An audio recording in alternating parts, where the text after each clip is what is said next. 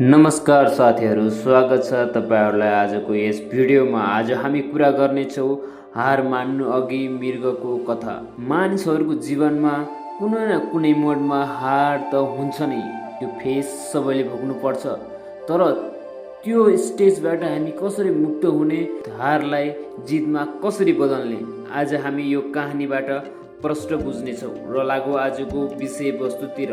आजको कथाको टाइटल रहेको छ हार मान्नु अघि मृगको कथा। कल्पना गर्नुहोस्, तपाईँ चारैतिरबाट समस्याले घेरिनु भएको छ र मृत्यु निश्चित छ। यस्तो बेला तपाईँ के गर्नुहुन्छ? हार मान्नुहुन्छ कि अन्तिमसम्म प्रयास गर्नुहुन्छ? आजको यो कथाले तपाईँको जीवनप्रति दृष्टिकोण बदल्नेछ। सुरु गरौँ। एउटा गर्भवती मृग बच्चा जन्माउनको लागि सुरक्षित ठाउँको खोजीमा एउटा घना जङ्गलमा पुग्छे। ऊ एउटा नदीको किनारमा जान्छे जहाँ अग्ला घाँसहरू थिए। अचानक उसलाई प्रवश व्यथा सुरु हुन्छ।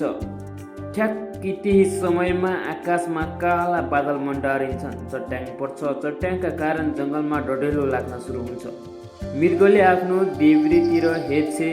त्यहाँ एउटा शिकारी धनुष तानेर उसलाई ताकिरहेको हुन्छ। दाहिनेतिर हेर्छे, त्यहाँ एउटा भोकको बाघ उसलाई चम्टिन तयार भएर बसेको हुन्छ। मृगको अवस्था यस्तो थियो। अगाडि उर्लिएको नदी, पछाडि जङ्गलको भीषण डढेलो, देब्रेतिर शिकारीको बाण, दाहिनेतिर भोकको बाघ। मृगले हार मानिन। उसले सोच्यो, मेरो हातमा जे छ म त्यही गर्छु। उसले आफ्नो पुरा ध्यान बच्चा जन्माउन केन्द्रित गरी।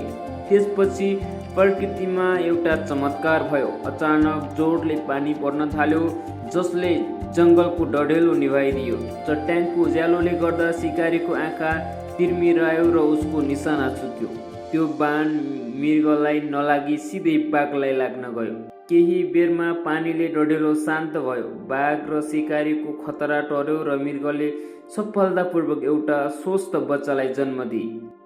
हाम्रो जीवनमा पनि कहिलेकाहीँ चारैतिरबाट समस्या आउँछ। पढाइको तनाव, करियरको चिन्ता, आर्थिक समस्या र पारिवारिक दबाव।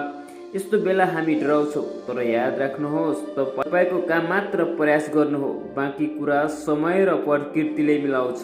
समस्यालाई होइन, आफ्नो लक्ष्यलाई हेर्नुहोस्। जबसम्म श्वास रहन्छ तबसम्म आशा मार्नु हुँदैन। यदि कहानी मन परेमा भिडियोलाई लाइक अनि च्यानल सब्सक्राइब चाहिँ गर्न नभुल्नुहोला। फेरि भेटौँला अर्को भिडियोमा।